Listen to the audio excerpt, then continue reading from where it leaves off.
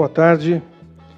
É uma alegria a gente poder participar desse evento tão importante, discussões muito relevantes e que fazem a gente refletir um pouco sobre as responsabilidades recíprocas da sociedade civil e dos gestores públicos.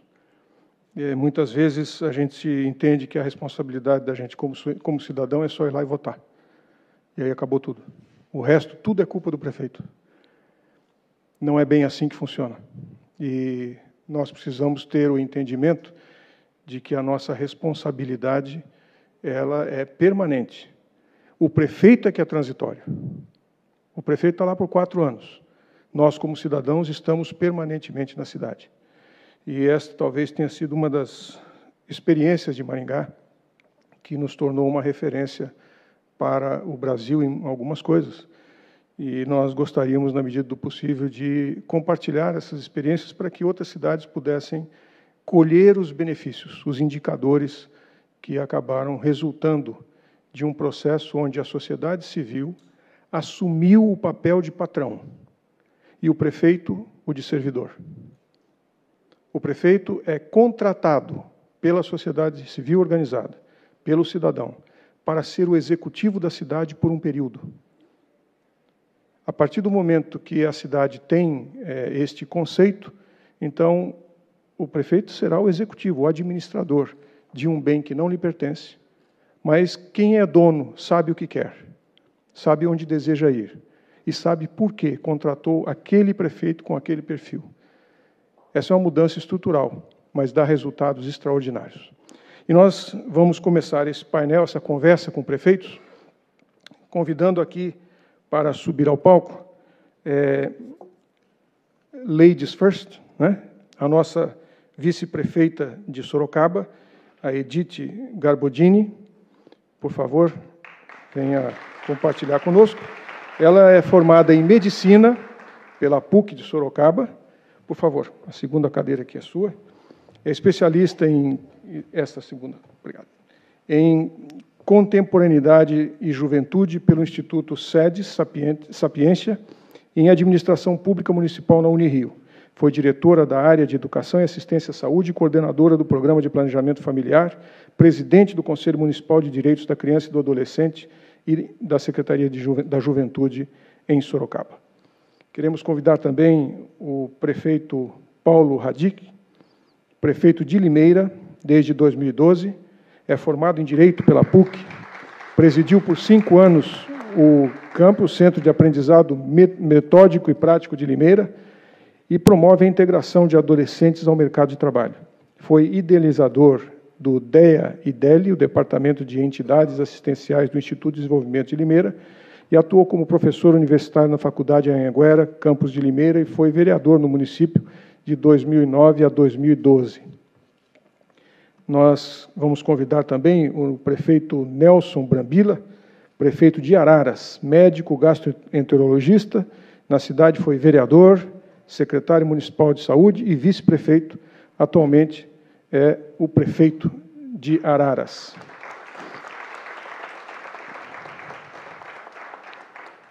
E, finalmente, sobe ao palco o nosso anfitrião, o prefeito Gabriel Ferrato, que é o dono da casa, a quem nós agradecemos a honra de estarmos sendo recebidos aqui na sua cidade. Ele é o prefeito de Piracicaba, economista pela Unimep, mestre em Saúde Pública pela Universidade Federal da Bahia e doutor em Economia pela Unicamp. Estudou nas universidades de York, Inglaterra, e Pompeu Fabra, na Espanha. De 2009 a 2012, foi o secretário de Educação de Piracicaba. Então, nós agradecemos a presença, a honra de tê-los aqui, e vamos fazer essa nossa sessão aqui de uma maneira um pouco diferente. Em vez de nós termos cada um fazendo a sua apresentação, nós vamos direto na jugular. Vamos colocar algumas perguntas e pedir aos prefeitos que compartilhem conosco as suas experiências. Nas 2 primeiras perguntas, que são as mais estruturantes, a gente pede que eles tomem no máximo 10 minutos para responder, para que a gente possa esquentar já o debate e preparar essa oportunidade de compartilhamento de experiência. Os desafios das mudanças climáticas nas cidades estão começando a ficar visíveis e perceptíveis para qualquer pessoa. Todo mundo hoje percebe. Se chove demais, se chove de menos, se faz frio demais, as coisas acabam impactando de uma forma muito grande a vida do cidadão. E são as mudanças climáticas que estão aí e vieram para ficar. O painel de mudanças climáticas no Brasil, que é coordenado pelo INPE, o Instituto Nacional de Pesquisas Espaciais, nos traz algumas informações muito preocupantes. O que nós estamos vendo em termos de secas e enchentes no país é só uma amostra grátis do que vem por aí. O painel diz que esses acidentes e esses fenômenos meteorológicos e climáticos se tornarão mais intensos e mais frequentes daqui para diante. A pergunta é: nossas cidades estão preparadas para isso? Esta crise hidrológica brasileira, que produziu e provocou uma crise hídrica aqui na região de vocês, em particular no maior centro demográfico do continente, ela tem características muito estranhas, porque enquanto aqui está faltando água, em Porto Velho sobrou água. No Amazonas, o Rio Negro não quer baixar. No sul do país, algumas das enchentes históricas, nunca acontecidas antes. E aqui está faltando água. Região Nordeste e região Sudeste, com falta de água. Região Norte e região Sul, olha os extremos, com excesso de água. E afetando as populações das nossas cidades. Esta crise poderia ser previsível? Será que a gente podia prever isto? Mesmo que pudéssemos prever, teríamos solução para esses problemas? Estas soluções estão nas mãos dos cidadãos ou dos gestores? Ou será que dos dois? Enfim, temos muitas perguntas para responder.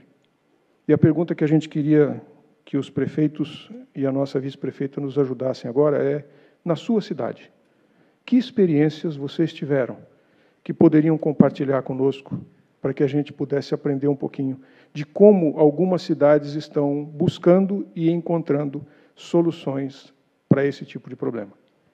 As mudanças, o clima, os impactos, como é que nós vamos lidar com isso? Prefeito Brambila, o senhor quer começar? Já está com o microfone na mão?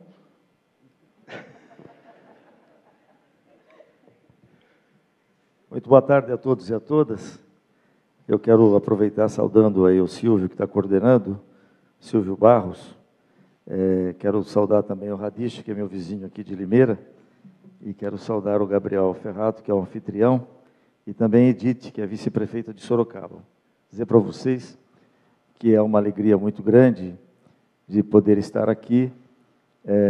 Eu sou médico ainda em atividade e estou no meu segundo mandato.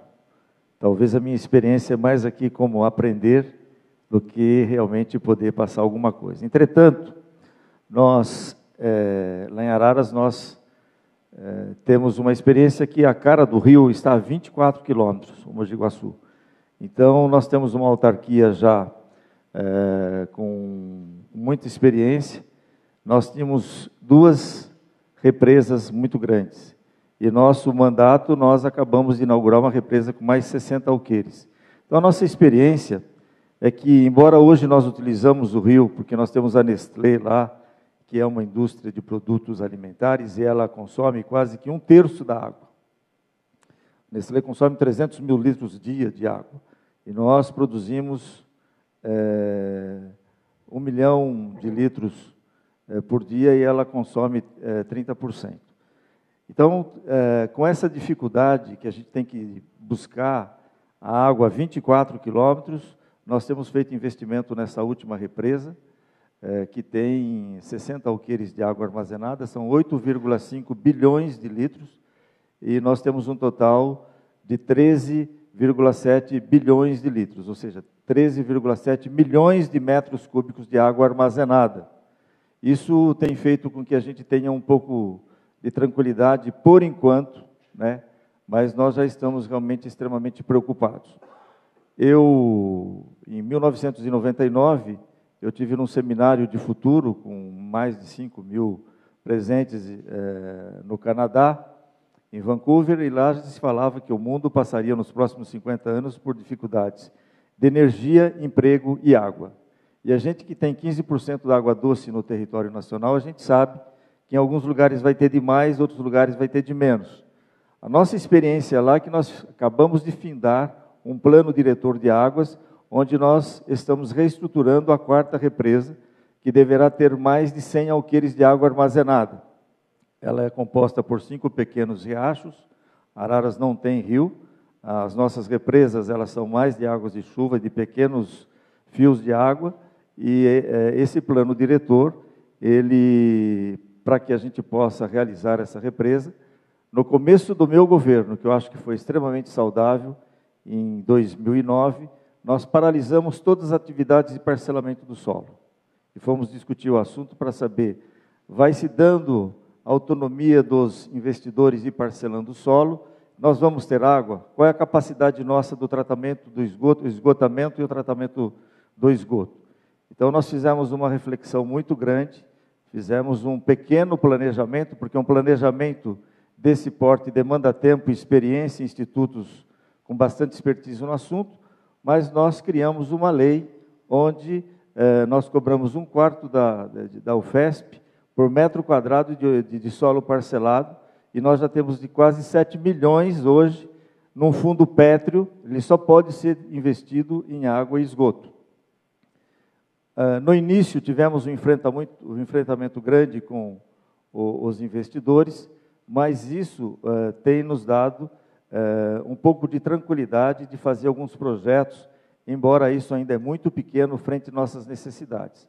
Mas agora, pelo menos, cada investidor tem ajudado, cada investidor que está parcelando o solo, uma parte desse dinheiro está para a gente programar o nosso futuro no que se refere à água e esgoto, que no meu entendimento de médico e administrador, é realmente a grande ferida que a gente tem hoje para resolver.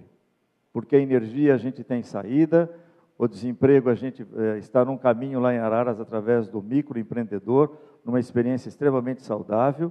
Agora, a questão da água, eu acho que ela, como ela é de graça, eu falo que chuva é ouro que cai do céu de graça, nós nunca valorizamos. Nós nunca fizemos os investimentos que precisavam.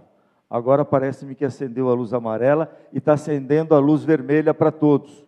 Então, para nós, a única saída no plano diretor que nós começamos a discutir agora, nós faremos de tudo para que ele seja aprovado e criado algumas leis que construção com mais de 100 metros quadrados tem que ter reaproveitamento de água. Além do aquecimento solar que vai ser obrigatório, nós precisamos reaproveitar essa água. Todos os loteamentos novos precisam,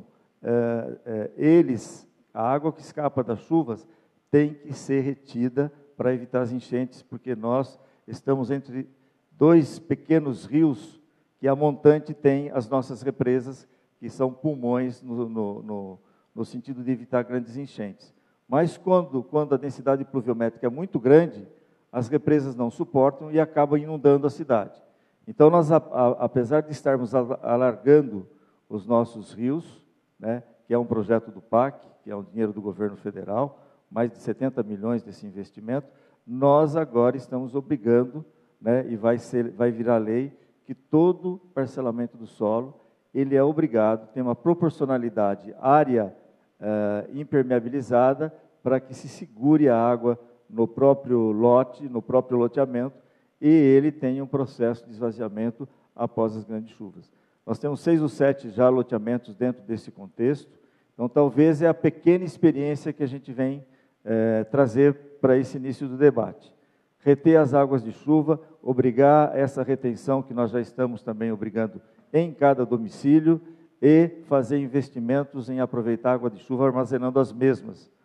E uma coisa para finalizar minha fala, nós pegamos uma autarquia, o presidente Serri está aqui, com 30 milhões de dívidas, nós praticamente saneamos as dívidas, nós sofremos pressões para terceirizar, para privatizar a água, nós somos, lá na nossa experiência, contrários a isso, saneamos a empresa, temos a água provavelmente mais barata do Estado, a R$ 1,50 a cada 1.000 litros, já com esgoto tratado. Custa R$ 27,00, 18 mil litros de água. Saneamos a empresa, estamos fazendo investimentos em reservatórios, já no nosso governo fizemos, acho que em torno de 4 ou 5 milhões de água tratada e reservada nos bairros, então nós temos uma experiência saudável de termos lá em Araras uma empresa, uma autarquia que é do governo e que ela está conduzindo a sua vida financeira e o futuro. É claro que a questão do tratamento do esgoto, nós também precisamos socorrer ao governo federal, nós estamos lá fazendo uma estação de tratamento de esgoto muito grande, com auxílio do governo federal. Mas nós temos ainda investido muito recurso do governo do município, com as contrapartidas, que chegam até 20%, 25%. Então, essa experiência de Araras nós temos lá represas, e nós, em breve, estaremos começando um projeto de construir a nossa 4ª represa. Muito obrigado, prefeito Brambila. Está vendo, gente? Quantas ideias interessantes. A pergunta que a gente fez ali, se esses problemas são previsíveis. Talvez o problema não seja previsível, mas achar uma solução para evitar problemas no futuro é o que ele apresentou com algumas ideias. As represas, lá em Maringá nós também não temos rio próximo, mas temos que construir adutora para captar água, e custa caro. Nossos rios têm que ter capacidade para abastecer uma cidade em franco desenvolvimento. Temos que ter outras fontes, e aí precisamos de soluções como essa. Legislação que estabeleça nos novos parcelamentos como prever essas coisas. Todos os prédios públicos lá em Maringá hoje já têm captação de água de chuva, escolas, creches, já é obrigatório. Desde 2006 nós estamos colocando isso obrigatoriamente no projeto. É um processo de educação das pessoas para o uso racional da água. E, como ele disse, já acendeu a luz vermelha em alguns lugares. Tecnologia existe. O que vocês acham que os astronautas tomam lá na Estação Internacional Espacial? Urina. Tecnologia existe para transformar urina em água potável. E é compacta. Nós não precisamos chegar nesse ponto. Espero que a gente tenha a capacidade de encontrar soluções mais baratas, mais inteligentes, mas um dia vai faltar água para todo mundo. E agora a gente queria ouvir, então, Edith, a sua experiência lá em Sorocaba, como que a cidade de Sorocaba tem lidado com esse assunto. Boa tarde. Sorocaba acho que a maior cidade das que estão aqui, né? Sorocaba tem aproximadamente 600 mil habitantes, né? Está entre as maiores cidades do país. E nós temos um rio, o Rio Sorocaba, que passa no meio da cidade, né? E assim, nós temos investido nos últimos 20 anos na despoluição desse rio, né? A gente já não está completamente despoluído, mas a gente já passou lá de 1 miligrama de oxigênio dissolvido, de 1 miligrama por litro de oxigênio, para 5 a 6 miligramas. Né? A gente já se percebe peixes voltando, né, a vida voltando ao rio. E, nesse processo, a gente tem feito, né, o desassoreamento do rio, todo o tratamento de esgoto. A gente teria 100% de tratamento, era a expectativa, agora já era ter 100% de tratamento de esgoto, mas a nossa última estação de tratamento de esgoto, a empresa acabou abandonando, e isso é muito complicado, né, porque uma empresa abandona, a gente não pode continuar imediatamente, porque você tem que fazer todo o cálculo lá dos prejuízos, de quem é que vai ter que repor o quê, para abrir nova licitação, né? Então, é essa última estação só de tratamento que impede que hoje Sorocaba tenha 100% de esgoto tratado, né? Nós temos uma facilidade que a maior parte da água que abastece Sorocaba, 80% da água vem de uma represa de Tupararanga, né? Eu estava falando que nos ajuda muito porque ela vem pela lei da gravidade, né? Para o grande reservatório, isso é uma ótima economia, e nos permite estar trabalhando melhor. Mas a gente fez em 2009 foi criada a Secretaria do Meio Ambiente, né? E todo um trabalho, foi dado toda uma prioridade para a questão ambiental em Sorocaba. Então, isso se somou, né, de que há 20 anos a gente já estava trabalhando na questão da despoluição, e está trabalhando a questão ambiental junto. Então, a gente também fez toda uma recuperação das margens dos rios e dos córregos, né? Hoje, Sorocaba produz aproximadamente 500 mil mudas por ano. Quer dizer, a gente distribui qualquer evento que tem em Sorocaba, qualquer feirinha, está lá a Secretaria de Meio Ambiente dando muda para quem quiser. Mas, fora isso, a gente, né, fez toda...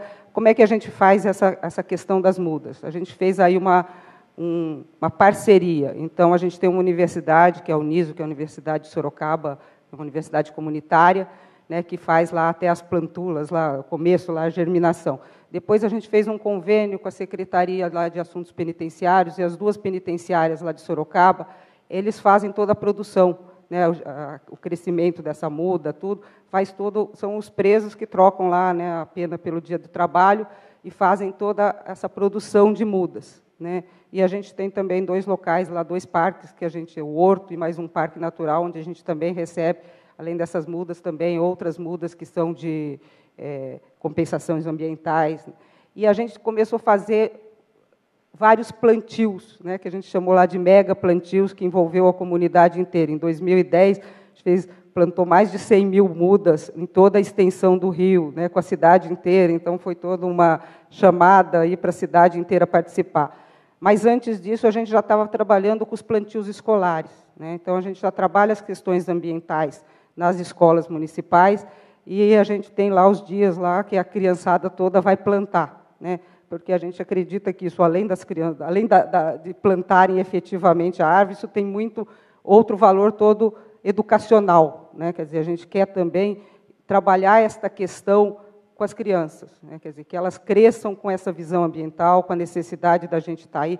Então, e todas essas árvores que a gente está repondo são árvores nativas, né? Quer dizer, recuperar mesmo, tentar recuperar ao máximo a flora lá, nativa em volta dos rios e dos córregos, né? E fazer em volta de todos os córregos, fazerem parques, né? Hoje, Sorocaba tem 23 parques, né? Porque a gente tem... Sorocaba é uma cidade, tem o rio ali, a parte mais plana, mas ela é uma cidade cheia de montanhas e vales, né? O nome em Tupi-Guarani quer dizer terra rasgada. E aí, em torno de todas essas contenções, as bacias de contenção, a gente fez parques. E a gente tem 8 parques ecológicos, né? Inclusive, agora, desde 2011, a gente tem o Parque da Biodiversidade, que é mantido pela Toyota, né? Que é na compensação ambiental da Toyota, que é um parque enorme, né? Só voltada exatamente para a manutenção de plantas nativas, toda a nossa biodiversidade. Então, eu acho que assim, a gente tem trabalhado. E toda a extensão do rio virou um grande parque linear, né, em volta do rio. E a gente tem também, hoje, em Sorocaba, a maior, proporcionalmente, a maior extensão de ciclovias, né? A gente só perde para o Rio de Janeiro, mas o Rio é bem maior que a gente, né, a nossa cidade. Então, assim, também a gente tem estimulado, então, muito essa questão do uso, né? A gente tem a bicicleta gratuita, acoplada com os terminais de ônibus, né, fazendo parte do transporte público, mas também há um grande investimento, né? A gente faz grandes passeios ciclísticos, noturnos, diurnos, tem vários eventos em que a gente tem um enorme número de pessoas aí saindo com as bicicletas, vários locais, chega todo mundo no Parque das Águas. Então, eu acho que também isso tem contribuído, né, numa consciência ecológica. A gente, aqui no Estado, a gente ganhou, no ano passado, a gente foi o município verde-azul, né? A gente ganhou o primeiro lugar de município verde-azul, aí, que mede as questões ambientais, que eu acho que tem tudo a ver com a água. Então, a gente tem investido bastante na questão ambiental, na questão da despoluição do rio e dessassoreamento, dos córregos todos que compõem, né? E tem trabalhado muito ativamente dentro da bacia, né? Dentro das reuniões da bacia, porque o grande desafio também o rio não passa só dentro de Sorocaba, né? O rio, para a gente realmente despoluir o rio, a gente tem que estar aí trabalhando em conjunto com as várias cidades. Recentemente, há menos de um mês, foi instituída a região metropolitana de Sorocaba, O que a gente acredita que vai ajudar mais ainda nesse sentido desse trabalho articulado que tem que ter entre os municípios para poder dar conta da questão, não só da questão da água, mas também da questão da água, das várias questões em que existe uma inter-relação entre os municípios. Então, eu acredito que, basicamente, acho que e nós temos, o SAI lá nosso é uma autarquia, nós não temos Sabesp, nós temos o SAI, que é uma autarquia, e isso nos ajuda, o fato da água, da nossa captação da água ser muito barata, nos ajuda no sentido de financeiramente ser viável. Acho que um dos desafios que a gente tem agora é com a questão das perdas de água. Quando fala que a gente perde quase 40%, as pessoas acham que isso é sempre perda física. Não é só perda física, a gente, entre essas perdas está considerado também quem não paga, as ligações, mas a gente tem perdas físicas também. É um grande desafio, eu acho que é também conseguir fazer a troca de todos. Sorocaba é uma cidade antiga, vai fazer 360 anos agora, dia 15. Então, a gente, principalmente nas partes mais antigas da cidade, a gente já tem um sistema muito de canos antigos, que quebram com facilidade, que são difíceis de acesso, porque puseram um monte de coisa em cima, as construções. Então, acho que é um grande desafio também você conseguir fazer sistemas que percam muito pouco a água, dado que hoje ela é tão preciosa. Então, acho que mais ou menos é essa a experiência de Sorocaba. Muito obrigado. Realmente, gente, despoluir um rio urbano é uma grande conquista para qualquer cidade. Cidades como Paris, como Londres, Copenhague, que conseguiram despoluir e transformar o rio num espaço de lazer para a população, isso é uma enorme conquista, mas leva tempo. São várias gestões que vão ter que estar comprometidas com esse tipo de projeto. Mas é algo que merece realmente uma atenção especial. Lá em Maringá tivemos uma experiência interessante.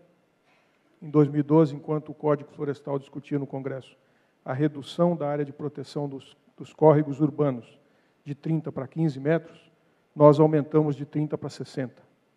E nos 30 metros adicionais, criamos áreas de uso público não construtíveis. Parques lineares em volta de todos os rios. Isso dentro da cidade, que veio casado com o projeto de adensamento e verticalização. Então, a gente coloca as pessoas dentro do apartamento, mas de frente para um parque linear que tem quilômetros de comprimento, de extensão. São projetos que, como foi colocado aqui, criar esses parques dentro da cidade muda e muito a qualidade de vida da população. Além disso, a lei do saneamento básico, ela impõe aos prefeitos a responsabilidade de cuidar da água, do esgoto, do lixo, da varrição e da drenagem. E como o prefeito Bambila colocou, a responsabilidade de fazer projetos de lei para cuidar da drenagem também é extremamente importante no que diz respeito à água. Mas o Paulo tem uma apresentação para nós, Paulo? Vamos ver o que Limeira tem para falar para a gente sobre essa experiência. Boa tarde a todos. Quero cumprimentar o Silvio, ex-prefeito de Maringá, a gente conhece muito da sua administração, bastante atuante, Edith. Leve um abraço ao prefeito Panunzio, Sorocaba, Gabriel Ferrato, nosso anfitrião, Dimas, nosso vizinho, parceiro, e muitas das lutas ali da nossa região. Quero cumprimentar a todos presentes aqui, representantes de prefeituras, arquitetos, e cumprimentar, parabenizar a Arte Futuro pela iniciativa de realizar pela primeira vez numa cidade de porte médio este tipo de evento. As cidades de porte médio, elas têm uma capacidade de responder aos passivos urbanos muito maior do que as grandes cidades. E, por vezes, o governo federal, por vezes, o olhar acaba sendo sempre em cima dos grandes centros, sendo que a nossa capacidade de resposta, seja no saneamento, seja na mobilidade, seja na qualidade de vida de uma forma geral, é sempre muito maior. Eu acho que, quando a gente começa a falar de governo, passa primeiramente por experiências diversas. Nós tivemos aqui em Piracicaba um governo em que o Gabriel hoje é a sequência desse trabalho, o Silvio também foi a sequência de um trabalho, e hoje o Pupim é a sequência do trabalho em Maringá, como o Panunzio acontece em Sorocaba. Então, cada cidade tem uma realidade. E Limeira, ela sempre viveu da realidade de descontinuidades políticas. Então, quando nós assumimos, precisamos construir um processo onde houvesse essa continuidade. E passou pela discussão de um plano de governo, quando ainda não havia uma candidatura, em que nós fomos tentar identificar por que planos de governo não se transformam muitas vezes em realidade depois dos prefeitos eleitos. E chegamos a algumas palavrinhas mágicas, que eu vou passar muito rápido, porque não é objeto da nossa apresentação, que é gestão com indicadores, metas e cobrança de resultados, qualidade de vida, entendendo que a vida das pessoas melhorou a geladeira, melhorou o guarda-roupa, melhorou a garagem, às vezes até a própria casa, mas precisa melhorar o entorno, da onde as pessoas vivem. Transparência e controle social. Sem isso é impossível a gente ter a parceria da sociedade, e participação popular e cidadã, que é fundamental para que não aconteça aquelas mudanças de governo, muda completamente os projetos. Quando a população se apropria das decisões, muda-se o governo, mas continuam-se as políticas. Piracicaba é um exemplo, foi feito um planejamento estratégico na cidade há pouco mais de 20 anos, Gabriel.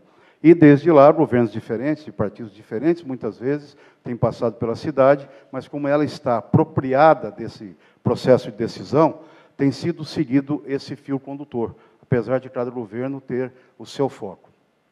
Pontos programáticos, isso está registrado na Justiça Eleitoral, não vou cansá-los com isto.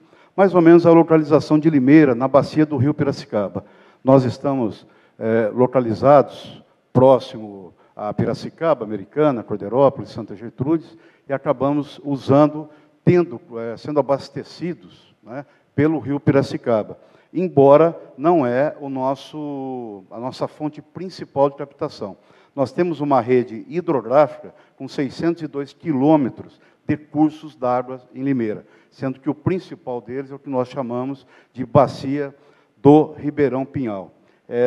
Talvez a nossa maior fonte de captação hoje. A bacia do Ribeirão Pinhal, ela pega a maior parte do município de Limeira, Corderópolis, resvala no município de Araras, Engenheiro Coelho, Arthur Nogueira e Cosmópolis. Nós realizamos recentemente um encontro, um seminário em Limeira, para discutir a questão da água, principalmente sobre a ótica do Ribeirão Pinhal, né?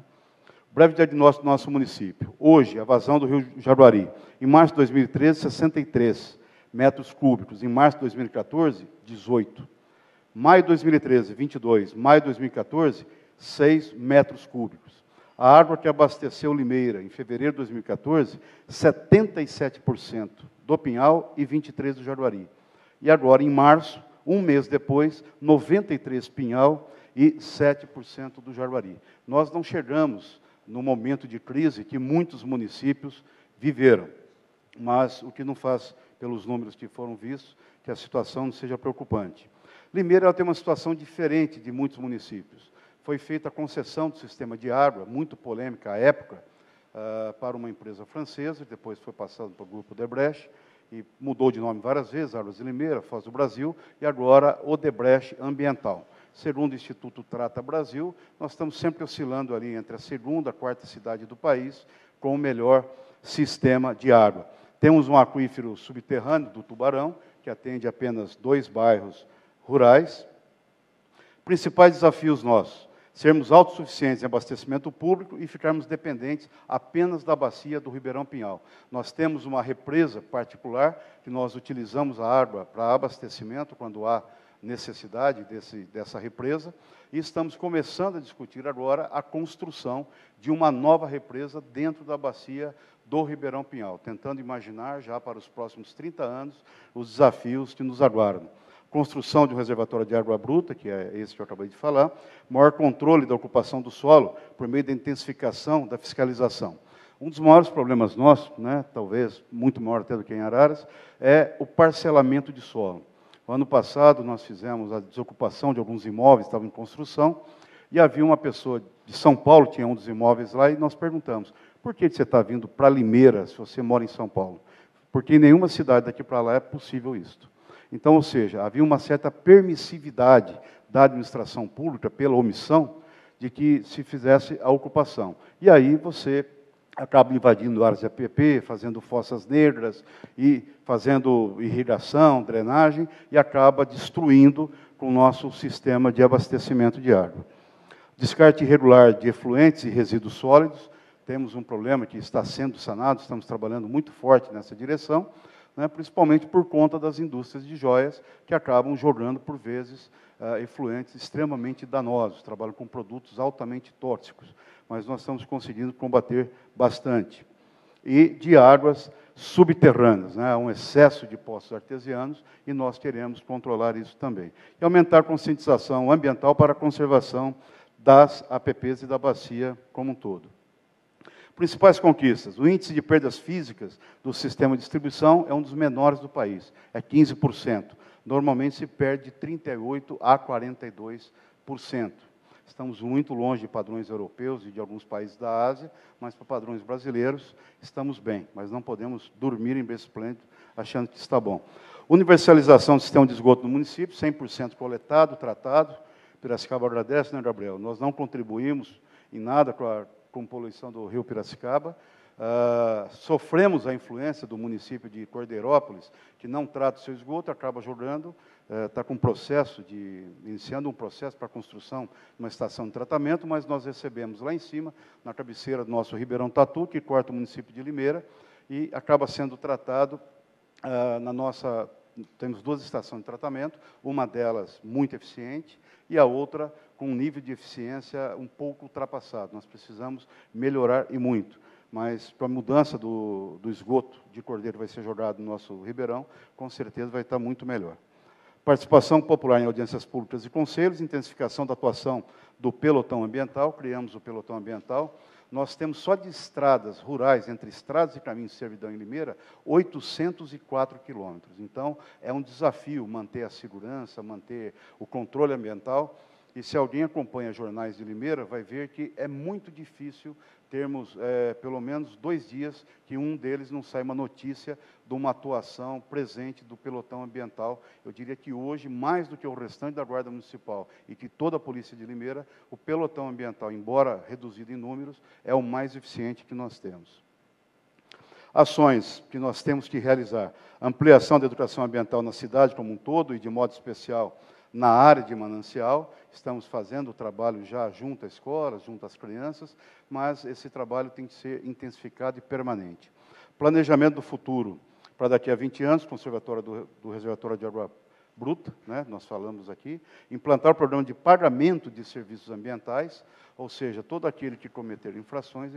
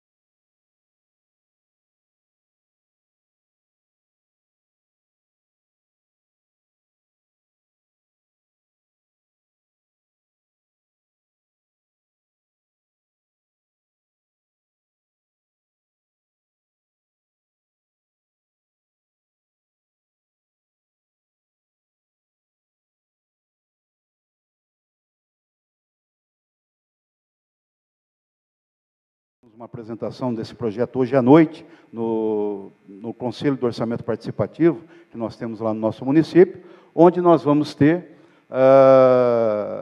construir um piscinão próximo ao centro da cidade, que vai receber a captação e dar vazão devagar. E vamos também aumentar a tubulação da região do entorno para poder captar. Um projeto de 25 milhões, que dinheiro do orçamento geral da União. Temos também um outro projeto na Vila Cláudia, de 23,5 milhões de reais, também para fazer um projeto semelhante. São as 2 maiores áreas de risco hoje, mas embora nós tenhamos outras também com nível de preocupação.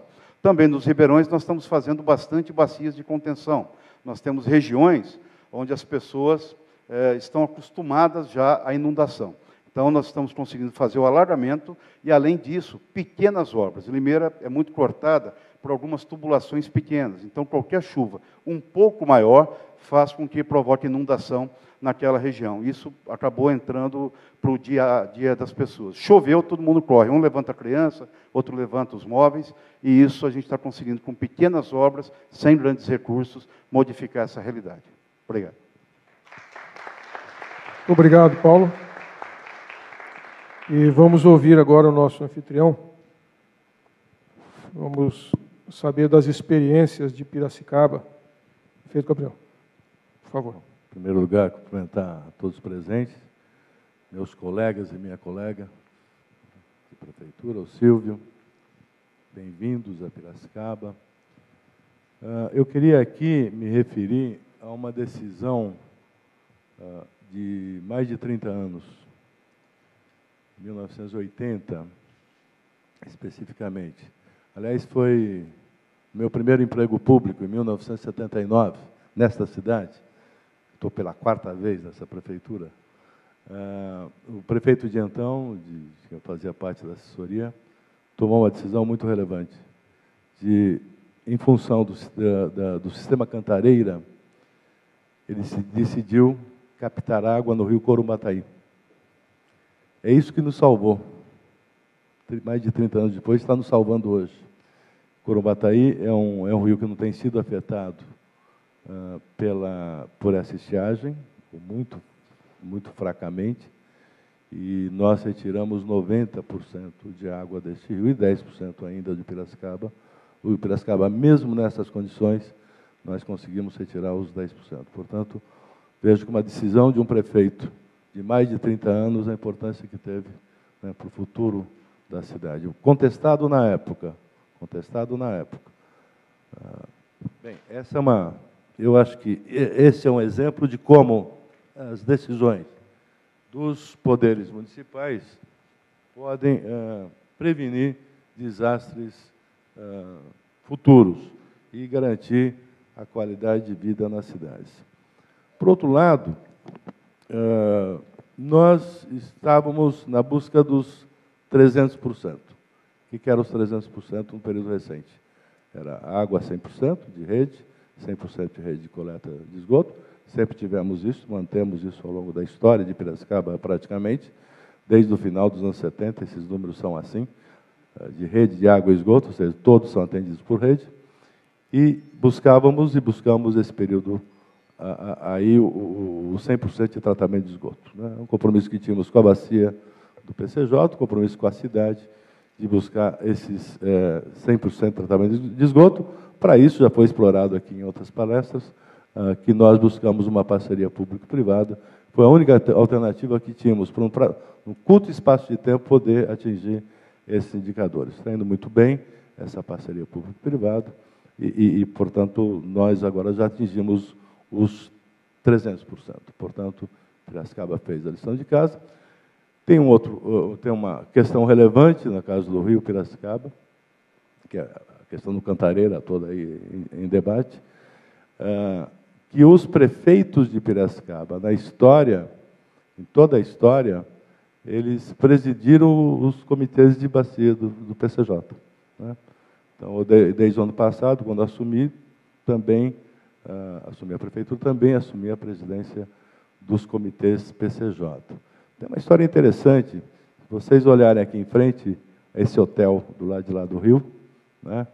Tem ali uma praça, chama Praça do Protesto Ecológico. Aquela praça, foi naquela época que a gente foi buscar água no Corumbataí, em que ali nós fizemos a grande crítica ao sistema Cantareira na reversão das águas para a Grande São Paulo. Né? Então, tem ali uma praça dos anos 80, né, representando esse símbolo da luta de Piracicaba pela preservação das águas do seu rio. E de lá para cá, por conta dessa luta inicial que foi em Piracicaba, é que os prefeitos de Piracicaba passaram a presidir os comitês PCJ.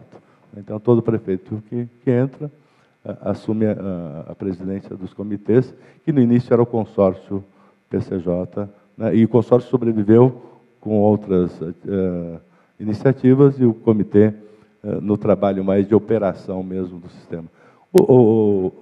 por meio desse trabalho coletivo dos comitês PCJ, com participação, portanto, de todos os prefeitos dos 69 municípios que compõem, é que nós conseguimos sair de um tratamento de esgoto que era de 6% em 1994, e hoje a bacia já atingiu, o ano passado, 60%, e provavelmente este ano vamos atingir, agora em final de 2014, em torno de 70% de tratamento de esgoto em toda a bacia, né? Alguns municípios contribuindo bastante, como Limeira, para que a gente atinja 100%. Enfim, é um trabalho, portanto, coletivo esse, não é um trabalho individual dos municípios, o que mostra a importância de lá atrás ter criado não só o consórcio, e depois, na sequência, os comitês. Do ponto de vista municipal, eu queria...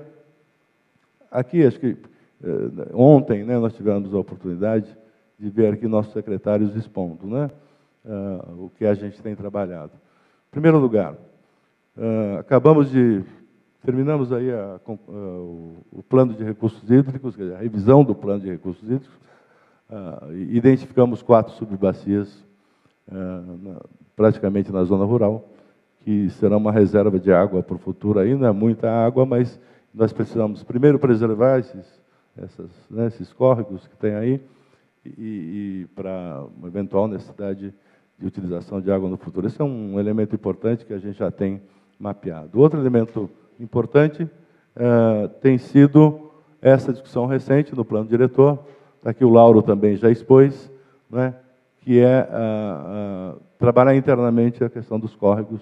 A gente estava até conversando um pouco ali antes, Silvio, com a sua experiência também, de preservação dos nossos córregos, e integração da população, como você fez em Maringá, vocês fizeram em Maringá, com essa área de preservação por meio dos parques lineares, né? Nós estamos aqui, decretamos um, estamos decretando o segundo e vamos decretar agora o terceiro parque linear. Esse terceiro mais no centro, mais no meio da cidade, os demais um pouco mais no entorno da cidade. Então, com isso, nós queremos não só preservar os córregos, né, como também integrar a população com este meio, né, com este meio importante, e tem até um aspecto não só de convivência com esse recurso natural, mas também pedagógico, do ponto de vista de preservar essas áreas, que, em geral, são áreas que, se você não utiliza pela população, ela não se apropria desse bem, ela utiliza para despejar entulhos e tudo mais. Enfim, esse é o sentido em que a gente agora, por meio do plano diretor, está avançando. Fora isto, tem todo um trabalho, obviamente, de educação ambiental que a gente faz nas escolas e tudo mais, mas eu queria citar algo que eu tinha levantado aqui, que, esses dias eu fui fazer uma exposição de como estava o governo, um balanço e tal, e eu descobri uma coisa interessante, que eu estou chamando de cidade 1000%. Uma cidade de 1000%. O que é uma cidade de 1000%? Que é para onde Piracicaba está caminhando e está muito próxima dos 1000. É uma cidade que tem 100% de rede de água, é uma cidade que tem 100% de coleta de esgoto, uma cidade que hoje, a partir de julho, atingiu 100% de tratamento de esgoto coletado, 100% de coleta de lixo, 100% de bairros com coleta seletiva de lixo, 100% de iluminação pública, 100% de vias pavimentadas, 100% de disposição de resíduos da construção civil, que é um dos elementos mais complexos que os municípios vivem, né? 100% de lixo reciclável ou reciclado, que nós devemos obter no ano que vem, com a conclusão da nossa usina de lixo, que vai ser a primeira do país, 100% de logística reversa. Essa seria a cidade, para mim, combinando saneamento com o meio ambiente, uma cidade de 1000%. Piracicaba está muito próxima desses 1000% em todos esses itens. Então, é um outro olhar, quer dizer, é um olhar mais amplo, saneamento e meio ambiente, como é que se combina, até porque essas coisas estão combinadas. Tem a questão, embora todos esses avanços, tem uma questão que ficou em aberto. A questão, muito bem exposta por Sorocaba, das perdas d'água. E isso tem uma explicação. Piracicaba tem 46% de perdas d'água. Extremamente elevado, né? O que fazemos com isso? Nós já fizemos um diagnóstico, temos um projeto já para enfrentar, só que ele custa 25 milhões. 25 milhões. A nossa autarquia municipal, para este ano aqui, para 2014 e provavelmente 2015, tem 2 milhões. Então, qual o tempo que eu vou demorar para reduzir de 46% para aqueles níveis próximos a 24%, 25%, e como a gente viu ontem aqui, lá na cidade do Porto, é o que eles conseguiram, né? E não dá mais que isso mesmo, não existe 0% em perdas d'água. Enfim, nós temos 10%, nem 10%, dos recursos necessários. Não temos sido beneficiados com o dinheiro do orçamento da União, portanto, nós temos que buscar fontes de financiamento, né, para isso. Esse é um desafio dos prefeitos, quando não tem recursos próprios e nem recursos da União do Orçamento Geral, no mínimo, teria que ter linhas de financiamento para a gente poder tomar emprestado e fazer isso, né. Para fazer no curto prazo, nós temos que ter linhas de financiamento. Então, esse é um desafio que a gente agora vai começar a enfrentar enquanto governante municipal, como é que a gente obtém esses outros 23 milhões para fazer rapidamente esse trabalho de enfrentamento das perdas d'água. Enfim, e a questão muito bem levantada, Silvio, da drenagem urbana, né? Eu acho que essa é um tema aqui em Piracicaba. Nós temos problemas, né, de enchentes que atingem alguns pontos da cidade. E nessa área também nós temos os pontos todos eles mapeados, mas um principal, que é lá na nossa Avenida 31 de Março, que carrega água até ali o Teatro Municipal, a Avenida Armando Salles e tal. E nós entramos agora com um pedido de financiamento junto ao governo do Estado, no Investe São Paulo, para ver se conseguimos recursos para fazer. Esse seria o maior projeto de drenagem para a gente enfrentar essa questão das enchentes em épocas de chuvas intensas. Enfim, temos tudo isso mapeado. Eu creio que a grande questão, a maior questão dos municípios, é essa nossa capacidade de enxergar os problemas e sabermos até como enfrentá-los, né? Não há recursos suficientes para enfrentar todas as questões simultaneamente, essa é a questão. Então, nós temos duas alternativas aí. A primeira é rever o Pacto Federativo. Ou se rever o Pacto Federativo, ou os municípios vão continuar enfrentando de forma lerda, porque não é possível, de forma imediata, resolver as questões, ou não resolvendo questões importantes, né? E quando eu digo isto, é porque uma cidade sustentável não é só saneamento e meio ambiente, né?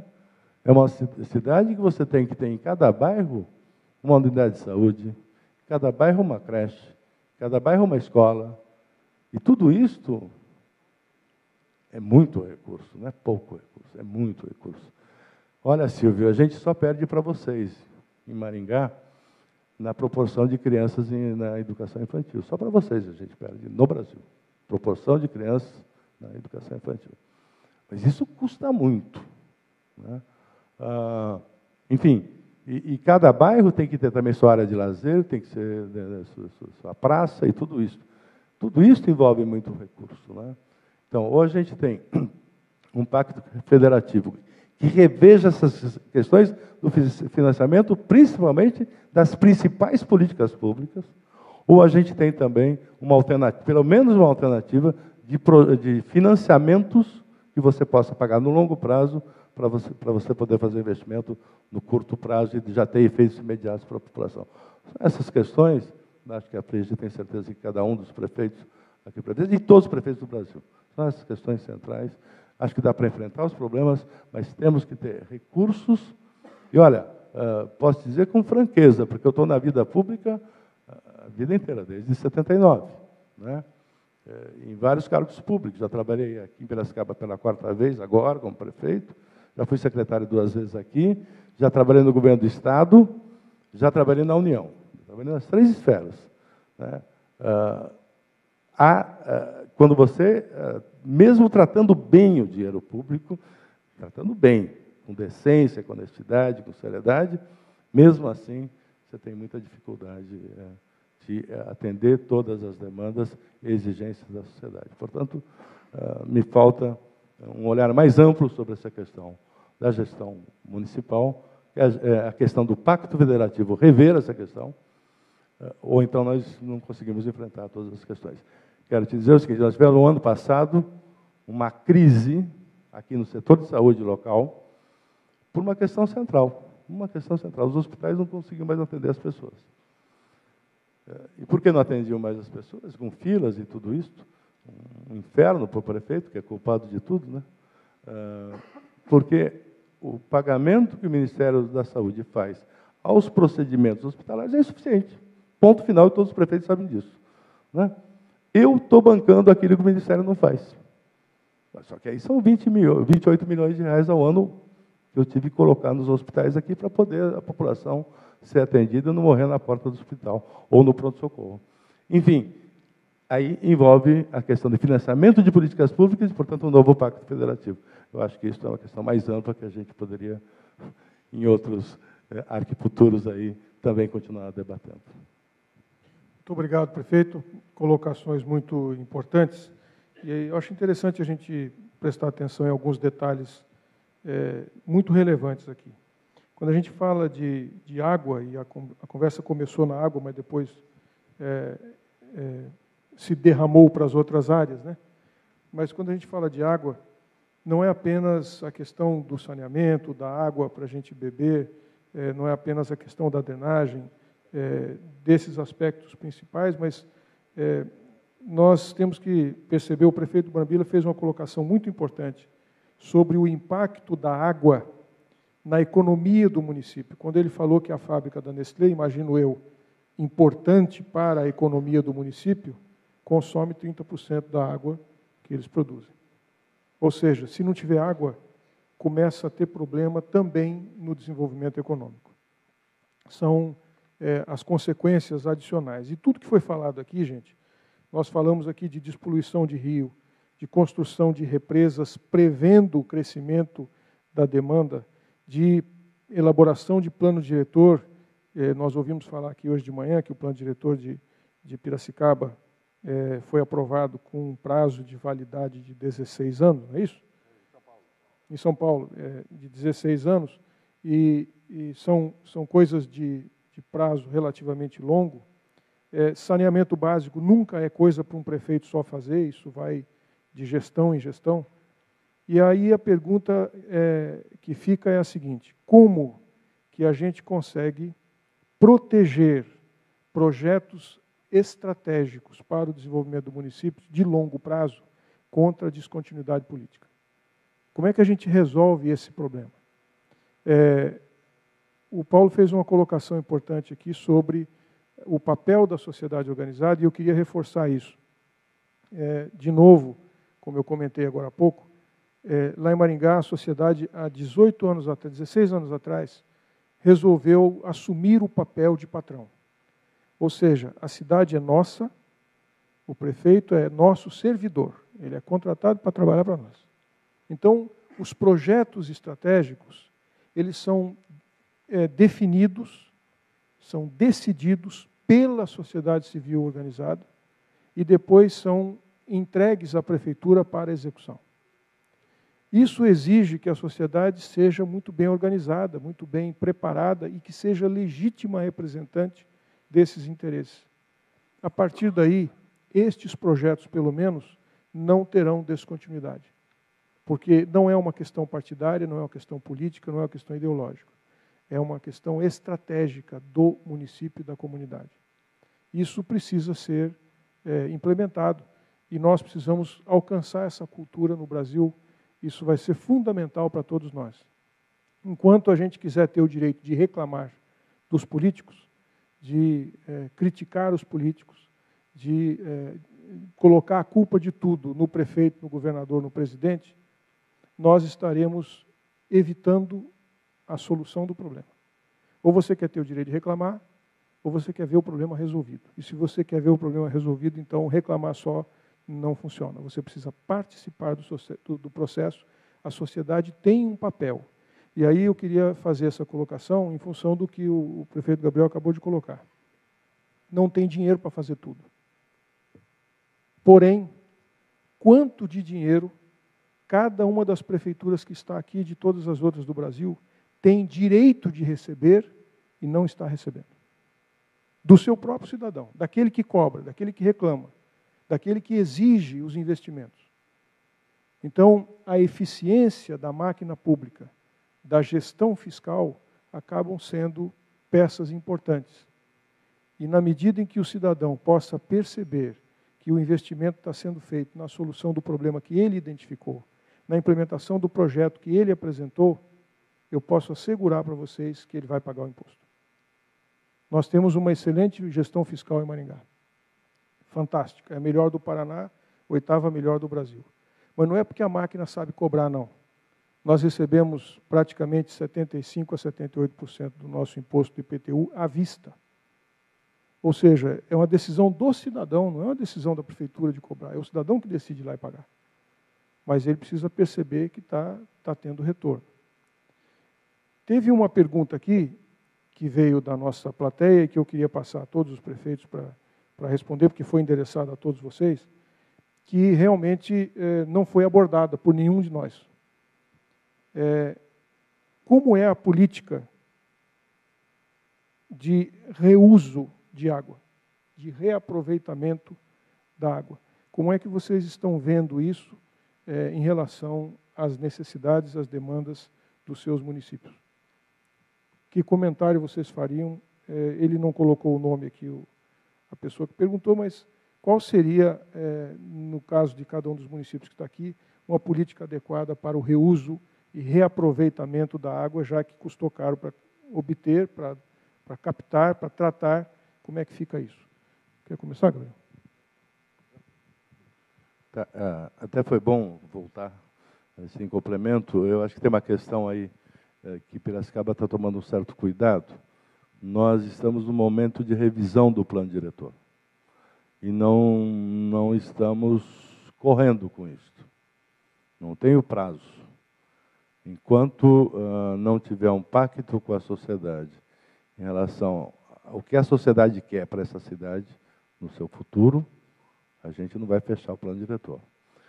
E isto, Silvio, a questão do reuso da água, acho que é um dos elementos que a gente vai ter que trabalhar no plano diretor, né? Então, assim, não tem uma resposta, porque nós vamos ter que discutir isso com a sociedade, né, em que medida ela vai participar disso, em que medida nós vamos criar os instrumentos e ferramentas para isso, como todos, né, o parcelamento e uso do solo, tudo isso que foi abordado aqui para os demais prefeitos. Enfim, nós estamos nesse estágio aqui de discussão ainda, e para criar esse pacto com a sociedade. Não tem sentido, todas as políticas públicas, e voltando à questão da permanência, né?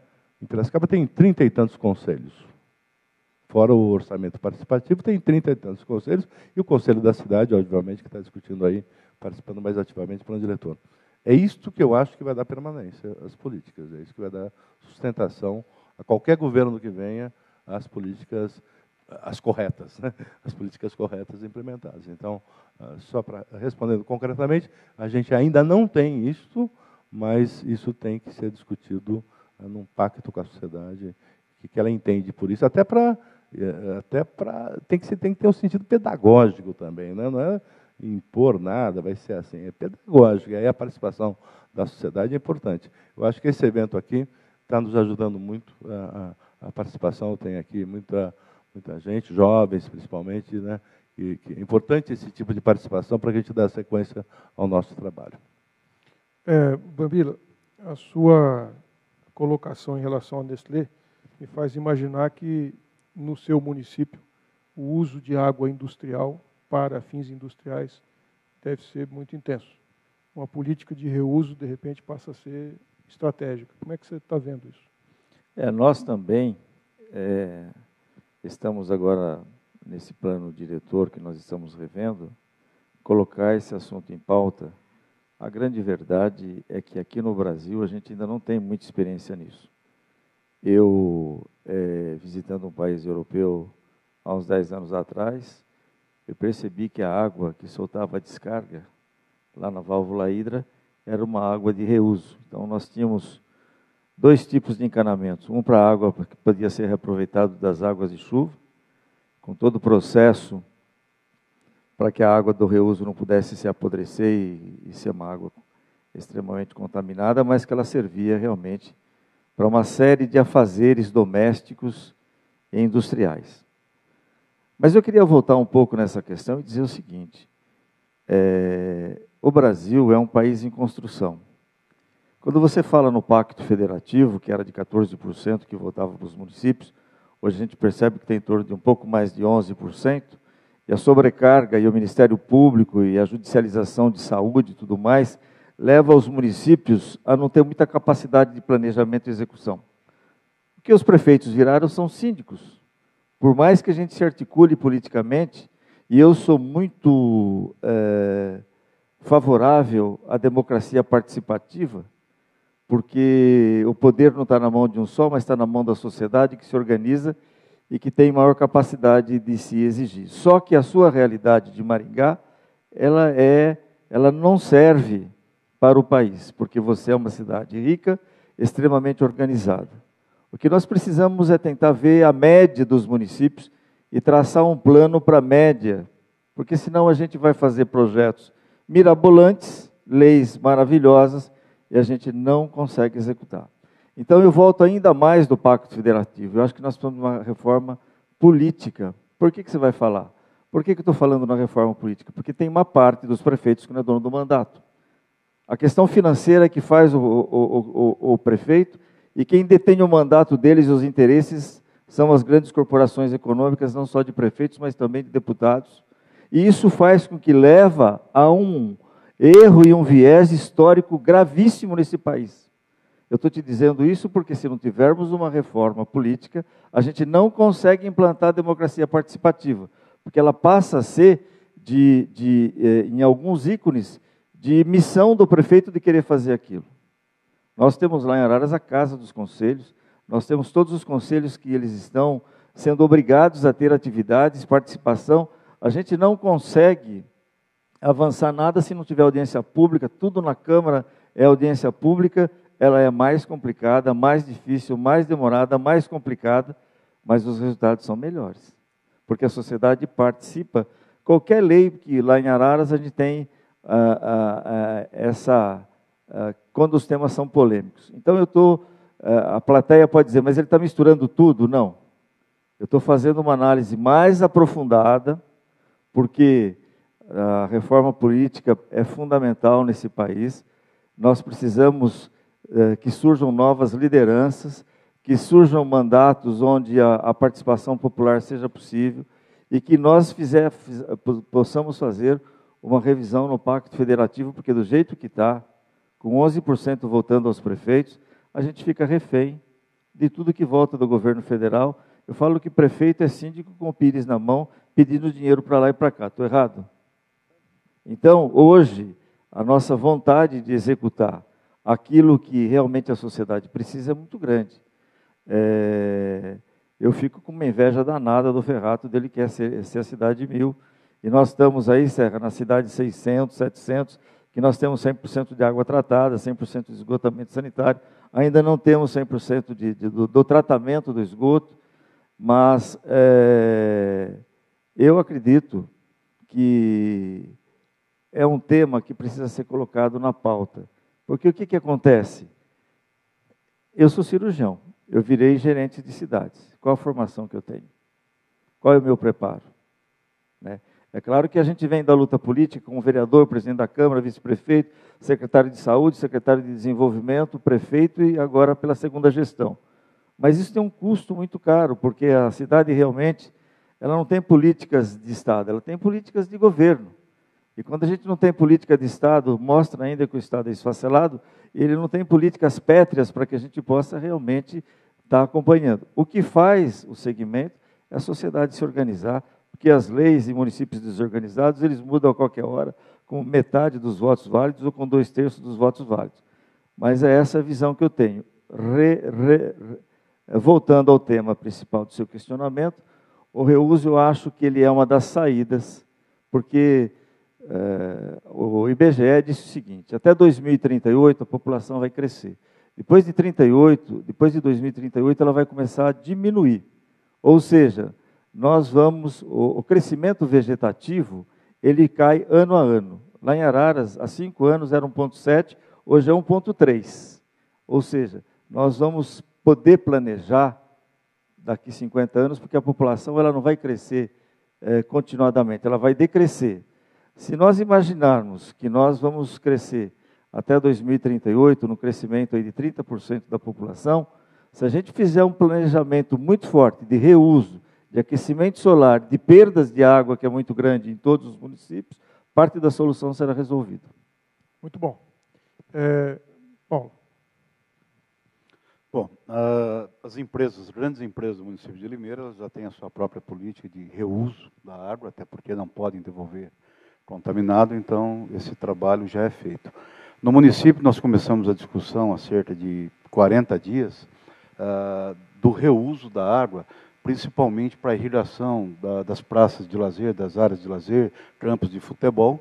E quando a gente começou a discutir, o que parecia uma questão muito simples, é só ir lá, pegar a água da estação de tratamento de esgoto, que está perfeita para o consumo, não é potável, mas está perfeito para esse nível de utilização, descobrimos que o custo de buscar lá era muito maior do que a utilização da água tratada para a mesma finalidade. Então, toda vez que a gente começa a discutir a questão ambiental, existem duas questões que têm que ser colocadas. Uma é a questão conceitual.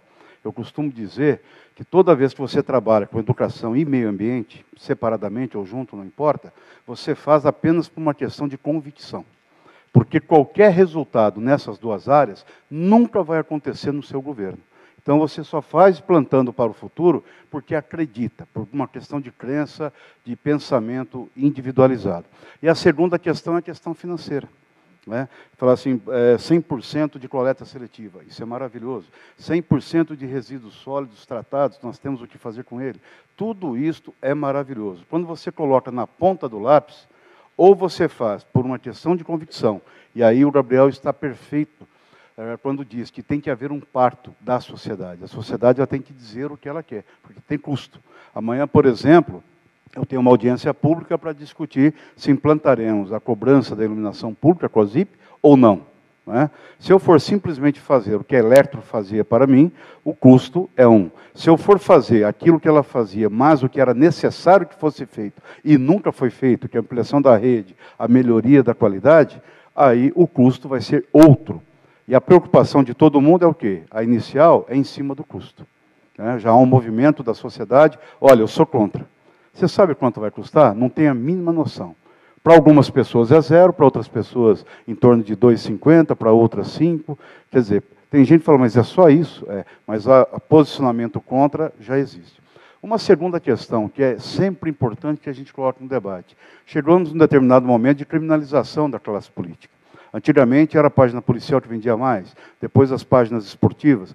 Hoje são as páginas que tratam da política. Tudo que se fala na política acaba sendo tratado de forma possível. Não se trabalha mais os fatos, se trabalham as versões. Elas são muito mais importantes que os fatos hoje. O que faz com que muitos administradores, muitas vezes movidos por aquela pressão do momento, acabem tomando decisões que satisfaçam aquele momento, mas evita o planejamento de longo prazo. Porque quando você faz planejamento de longo prazo, como disse o prefeito Haddad recentemente, por que você está mudando a ótica? Olha, antes nós tínhamos que planejar pensando num teto mínimo de vagas. Agora nós temos que construir pensando num teto máximo. Eu preciso inverter a lógica do transporte individual para o transporte coletivo. Isso vai surtir resultado depois de vários mandatos. Mas por que você está fazendo isso? Existe alguma coisa científica que diga que vai dar certo? Não, estou seguindo a minha própria intuição. Então, isto nós temos que fazer muitas vezes, e essa intuição não é fruto da minha vontade pessoal, ela é fruto de um conjunto de oportunidades que está dado na sociedade. É possível passar mais carros por essas ruas que não é possível alargar mais? Não, não é possível. Então, nós temos que criar um processo que mexa nisso. É possível a gente continuar produzindo lixo na quantidade que nós produzimos, sem construir um processo de reciclagem, sabendo que isso, num primeiro momento, antes que se transforme em viável economicamente, vai ter um custo maior? Porque todo mundo, quando fala em reciclagem hoje, pensa diretamente no quê? Latinha. E por que dá certo? O maior índice no mundo de reciclagem de latas é no Brasil. Porque está ligado à geração de renda. Se não estivesse, com certeza nós não estaríamos em primeiro nesse quesito. Então, o trabalho de reuso da água vai passar também pela discussão do custo e do financiamento que vai bater na porta de cada um de nós. Muito bem. Obrigado, Paulo. Edith, temos mais 3 minutinhos só. Então, mas vamos lá. eu também, Sorocaba também é a mesma situação de Limeira, quer dizer, algumas indústrias, claro que já tem o seu processo, sempre teve uma grande disponibilidade de água, né? Hoje a gente tem só uma parte que não é o Itupararanga, que está perto da zona industrial ali, que está com problemas, né? Que a gente nunca teve falta de água assim sistematicamente. Então, eu acho que é como se falou, a água, ninguém nunca deu tanto valor porque ela estava muito fácil, né, aparecer. Eu acho que o que me chamou atenção aqui nessa discussão é exatamente, também tenho inveja de Maringá nessa questão da participação. Eu acho que o Brasil tem uma história política, né, uma tradição política que nunca priorizou a questão da participação efetiva, né? As pessoas cobram, mas não se sentem corresponsáveis, né? A corresponsabilidade da sociedade não é posta. Eu acho que a gente criou, de certa forma, artificial a participação. Eu acho que, em grande parte, que eu participei de quase todos os conselhos existentes na cidade, mas eu nunca senti realmente que aqueles conselhos representavam efetivamente a população. São sempre as mesmas poucas pessoas que, eventualmente, estão em quase todos os conselhos. Então, eu acho que a gente tem que criar, tem que pensar coletivamente outras formas de conseguir estar mobilizando e modificando essa relação que a sociedade tem com a sua própria organização. Eu fui secretária da Juventude no governo anterior, né, na Secretaria de Juventude, e uma das coisas era trabalhar, que a gente procurou trabalhar junto com o Conselho do Jovem, trabalhar junto com os grêmios, trabalhar exatamente botando a política em outro patamar. Quer dizer, acho que a gente tem que voltar a pensar em política como uma coisa importante, como uma coisa nobre. Política não é política partidária e política o mandato, ele não é a política propriamente dita. As pessoas dizerem eu não gosto de política sempre me espanta, porque política, na verdade, é você estar ajudando a decidir o seu próprio destino e o destino da sua coletividade. Né? Me parece que isso deveria ser uma coisa importante para todos. Mas a gente teve exatamente cada vez mais essa deterioração da palavra e do envolvimento político. Né? Então, muitas vezes a gente afasta o jovem dessa discussão. E eu acho que a gente tem, então, que pensar, porque eu também penso, nós também temos ali os vários instrumentos, estamos rediscutindo também o plano diretor, acabando aí o plano de gestão de resíduos sólidos, etc., mas tentando fazer com que eles sejam o mais participativo possível, mas eu ainda me incomodo. Eu ainda acho que eles teriam que ser muito mais participativos. A única maneira que eu realmente entendo da gente poder ter uma continuidade é a gente ter políticas de Estado, não políticas de governo. Para ter políticas de Estado, a gente precisa realmente que elas estejam muito sólidas, com a população exatamente participando, se interessando, né, e, de certa forma, exigindo, seja qual for o governo, que aquilo seja seguido, porque aquilo é o reflexo do que a população quer. Mas eu não sei exatamente, assim, eu acho que o sul do país ainda tem uma tradição um pouco diferente, talvez até pela própria imigração, né, europeia maior dentro do sul. Eu acho que a gente ainda tem, no sul do país, uma situação um pouco diferente do país como um todo. Ainda acho que o sudeste também é bem melhor do que o norte e o nordeste, em muitas coisas ainda da participação, mas nós precisamos evoluir muito para que realmente a gente possa discutir seriamente esses problemas, né? Essa ideia que falou, já as pessoas nem sabem quanto custa, mas já são contra a pagar, né? E outros movimentos do gênero. Eu acho que a gente tem uma ideia também de que existe um dinheiro ilimitado, né? O poder público tem que fazer isso, tem que fazer aquilo, né, a judicialização e tudo mais, como se não houvesse um recurso. E a gente sempre fala para as pessoas, olha, o recurso é tal, é que nem na sua casa, você quer comprar televisão, quer comprar uma moto, quer comprar não dá para comprar todo, você vai ter que fazer uma escolha. Nós também temos que fazer escolhas. Quanto mais as pessoas participarem, mais correta será essa escolha. Como diz a Bíblia, o livro de Provérbios, na multidão dos conselhos há sabedoria. Então, quanto mais a gente ouvir os conselhos legítimos, e a legitimidade da representação social é extremamente importante. Eu quero agradecer a todos os nossos convidados, agradecer a Arquifuturo pela oportunidade de estar aqui. Tomás, venha fazer o encerramento. E queria só comentar com os nossos participantes, vieram outras perguntas aqui sobre proteção de nascentes, sobre o inverso, Gabriel, da sua colocação, é a prefeitura 100% lixo terceirizado, água terceirizada, esgoto terceirizado, tudo 100% terceirizado. Como é que fica o 1000 ao contrário, e o outro lado, afinal de contas, governa o que esse tudo está terceirizado. Então, são colocações interessantes, mas que, infelizmente, nós não tivemos mais tempo de abordar. Muito obrigado pela oportunidade, obrigado, Tomás, pela chance de estar aqui compartilhando com vocês essas experiências.